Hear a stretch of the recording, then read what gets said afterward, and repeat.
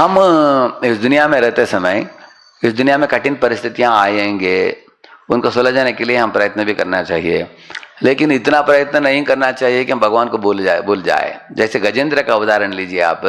गजेंद्र आप देखेंगे, गजेंद्र का पांव पकड़ा है मगरमच्छ ने, दर्द तो हो रहा है उसको। पहले खुद भी प्रयत्न किया बचने के लिए, बच नहीं पाया। मुड़कर देखा परिवार वाले, समाज वाले कि कोई भी बचा नहीं पाए, कोई अंदर आने के लिए भी डर रहा है, पानी के अंदर कोई दूसरा मगरमच्छ उनके पाँव को भी पकड़ लेगा। तो इस दुनिया में कोरोना के समय कोई अस्पताल में भी नहीं आ पा रहे हैं, डॉक्टर भी बोल रहे हैं मत आओ, क्योंकि तुम्हारा भी कोरोना हो जाएगा। इस तरह अथाव जीव को पता चलेगा कि इस दुनिया में बचाने वाले कोई नहीं है।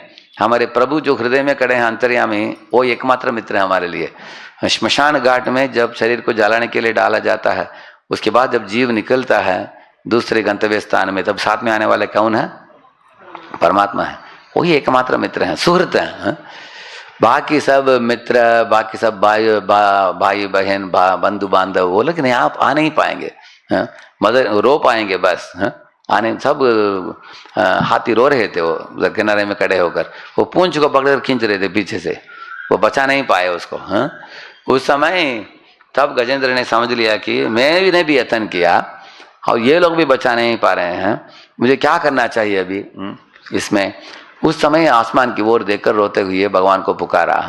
सोन्तस्य रस्युर्बले न गृहीत आर्थो दृष्ट्वा गरोत्मति हरिम कवुपात चक्रम उत्क्षिप्य साम्बुजकरम गिरमाह कृच्छ्रान नारायणा अखिल गुरो भगवन् नमस्ते। नारायणा अखिल गुरो भगवन् नमस्ते।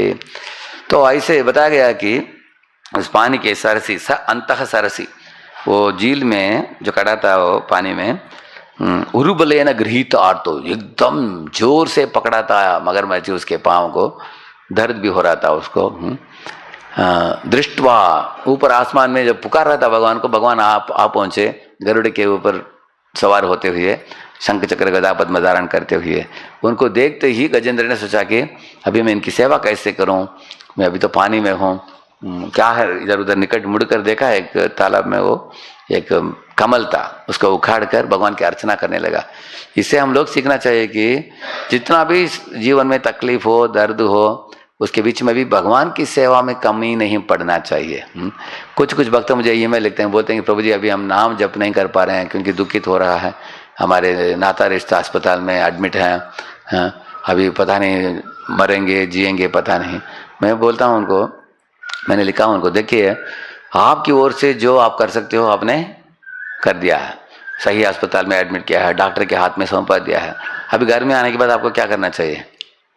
हाँ, जब करना चाहिए, नहीं तो कथा सुनिए जब, क्योंकि ये शरीर को कितने साल तक बचा पाएंगे? 100 से ज़्यादा साल कोई जीता है क्या? शरीर तो मर मिटने वाली पदार्थ है, ये मिट्टी है, मिट्टी से पैदा हुआ शरीर मिट्टी में ही मिलेगा, आज नहीं तो कल। लेकिन आत्मा के कल्याण के लिए हम काम कर सकते हैं, इसलिए नाम जपिए, भगवान के ऊपर निर्भर हो जाइए। हम हमेशा सोचते हैं सारा कंट्रोल मेरे हाथ में है, तो इन परिस्थितियों में पता चल जाता कि कंट्रोल किसके हाथ में है? भगवान के हाथ में, हमारे हाथ में नहीं है। तो हमारे यत्न पूर्ण होने के बाद भगवान के ऊपर छोड़ देना चाहिए। उसके बाद प्रभु के हाथ में है, वो जो करना चाहते हैं वो करेंगे, बचाना चाहते हैं तो बचाएंगे, उनको ले लेना चाहते तो ले लेंगे। तो भक्त को उस चेतना को अपनाना चाहिए। तो मैंने 3 श्रेणी के लोगों के बारे में मैंने बोला। सबसे निम्न श्रेणी के लोग हैं, नास्तिक लोग हैं। वो लोग सोचते हैं खाओ पियो मजाक करो, भगवान को मानते नहीं हैं, सोचते हैं कि हमने अपने बलबूते पर सब किया है। वो निपट मूर्ख हैं, कुत्ते बिल्ली से ज़्यादा फर्क नहीं है उनका, ये लोगों का। इस तरह के लोग ज़्यादा पाते हैं इस दुनिया में। वो एक श्रेणी के लोग हैं, वो तो अंधे हैं, अंधे होकर घूम रहे हैं इस दुनिया में। तो उनसे बढ़कर जो भक्त लोग होते हैं वो जानते हैं कि ये सारे दुनिया को रचाया प्रभु ने, सूर्य को बनाया, चंद्र को बनाया, बारिश को दिया है, धान्य दिया है, हवा दे रहे हैं। अभी हवा कितना महत्वपूर्ण लोग समझ गए अभी, अभी पहले हम लेक्चर में बोलेंगे समझेंगे नहीं लोग, अभी पता चल गया ऑक्सीजन सब लोग चिल्ला रहे हैं। तो सब देने वाले, ऑक्सीजन देने वाले भगवान हैं, पीने का पानी देने वाले भगवान हैं, धान्य देने वाले भगवान हैं, सब पता चल जाता है लोगों को ऐसे। तो भक्त जब बनता है कोई, वो क्या करेगा?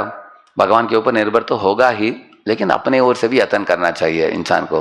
हाँ, जैसे हमने बताया गोस्वामी लोग भी मधुकरी किया उन्होंने भी, और प्रचार काम में लगा समाज में लोगों को। हाँ, इस तरह के जिनका पति पत्नी बच्चे घर में रहते हैं उनको यत्न करना चाहिए ज़रूर। दूसरे श्रेणी के भक्त लोगों को दोनों करना चाहिए, जैसे अर्जुन ने भी यत्न किया युद्ध भूमि में भगवान के। So run the race with God's grace, ऐसे बताया गया है। दुनिया के रेस में भी भागना पड़ता है हमको, लेकिन भागो, लेकिन साथ में किसको लेके जाओ? भगवान की कृपा को भी साथ में लेकर जाओ। और तीसरे श्रेणी के लोग बोला जड़बर जैसे लोग, जिनका नकल हम कभी कर नहीं पाएंगे अपने जीवन में, कोई करने के लिए दम भी नहीं रहेगा किसी के पास है?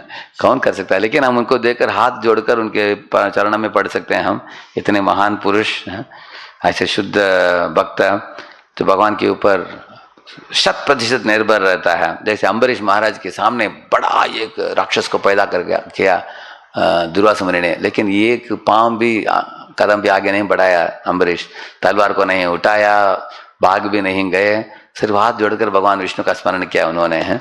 ऐसे ही दूसरा उदाहरण है, प्रहलाद भी ऐसे थे, अम्बरीश ऐसे थे, जड़भरत ऐसे थे। इन शुद्ध भक्तों की दृढ़ विश्वास, अटूट विश्वास भगवान में जो है, उसको देखकर हम प्रेरणा ले सकते हैं, क्योंकि हम हमेशा यत्न के ऊपर ज़्यादा जोर देते हैं, भगवान के ऊपर भगवान को प्रार्थना करने में कम पड़ जाते हैं। लेकिन इन लोगों को देखकर सोचना चाहिए कि यत्न हम करें, लेकिन इनसे भी थोड़ा सीखे कैसे दृढ़ विश्वास रखना भगवान के ऊपर, ये बात हम सीखते हैं इनसे। तो प्रभुपाद जी जब अमेरिका जा रहे थे, 2 हार्ट अटैक होने के बाद भी कैप्टन ने बोला उनको, स्वामी जी आपका तबीयत ठीक नहीं, आपका हार्ट अटैक हुआ है, और एक जलदूत आने वाला है, भारत के लिए जाएगा वो।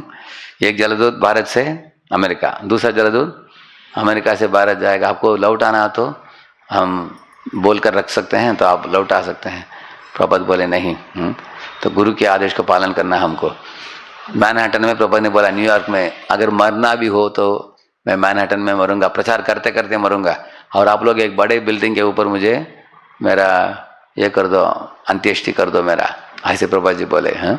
तो ये ऐसे अटूट विश्वास के साथ प्रभुपाद जी अग्रसर हुए, अमेरिका की ओर जा रहे थे। तो भगवान भी अपने सारे अवतारों के साथ आकर प्रभुपाद को आश्वासन दिया, आप चिंता मत करो, मैं हूँ तुम्हारे साथ, तुम्हारा प्रचार काम पूरा हो जाएगा, और तुम्हारे गुरु की इच्छा को तुम आकार दे पाओगे, और तुम साहस के साथ आगे बढ़ो, मैं हूँ तुम्हारे साथ, ऐसे भगवान ने उनको आश्वासन दिया। तो प्रभुपाद ने भी यत्न की बहुत प्रचार काम करने के लिए, अपने वृद्धावस्था में भी। इस दुनिया को सुधारना बहुत मुश्किल काम है, लेकिन हमें हताश नहीं होना चाहिए, क्योंकि भगवान हमेशा आश्वासन देते हैं भक्तों को, तुम्हारे काम करो, मैं मेरे आशीर्वाद दूंगा। दोनों को जोड़कर हम इस दुनिया में प्रचार काम में लगना चाहिए, और सबसे परम कल्याणकारी मंगलमय भेंट को प्रदान करना चाहिए जीवों को। क्या है? हरे कृष्ण कृष्ण कृष्ण हरे हरे, हरे राम राम राम हरे हरे। ये सर्व रोग निवारणी है। जीव के सब रोगों को मिटाकर भगवत नाम लौटाने की क्षमता इस हरिनाम में है, और भागवत का वितरण और हरिनाम का उच्चारण इत्यादि को जीवों को सिखा देना चाहिए, क्योंकि इससे बढ़कर दवाई दूसरा नहीं है। इसलिए बताते हैं, इदं शरीरम परिणाम पेशलम पतत्यवश्यम शतसंधि जर्जरम किम औषधिम पृच्छसि मूढ़ दुर्मते निरामयम कृष्ण रसायनम पिब। मुझे इधर से ही कृष्ण रसायनम शब्द मिला मुझे मेरे भागवत सत्र के लिए। बता रहे हैं कि इदम शरीरम परिणाम पेशलम, अरे शरीर तो परिणाम होता रहता है, बचपन से युवक अवस्था, युवक से बुढ़ापा, बुढ़ापा के बाद मिट जाता है शरीर। ये मिटने वाली, मरने वाली, मिट्टी से मिलने वाली पदार्थ है शरीर। पतति अवश्यम बोलते हैं, हर एक जीव का शरीर, भौतिक शरीर तो पतन होने ही वाला है उसका, जमीन में एक दिन गिरेगा, श्मशान में लेके जाएंगे उसको, इसमें लेश मात्र भी शंका नहीं। पतति अवश्यम। और शतसंधि जर्जनम, इसमें अनेक नस हैं, हड्डी हैं, मांस हैं, कभी भी कुछ भी तकलीफ दे सकते हैं।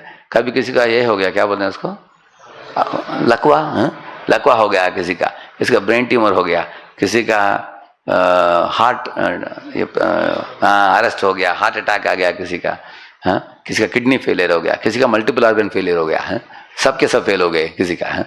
इस तरह होता है कि नहीं इस दुनिया में।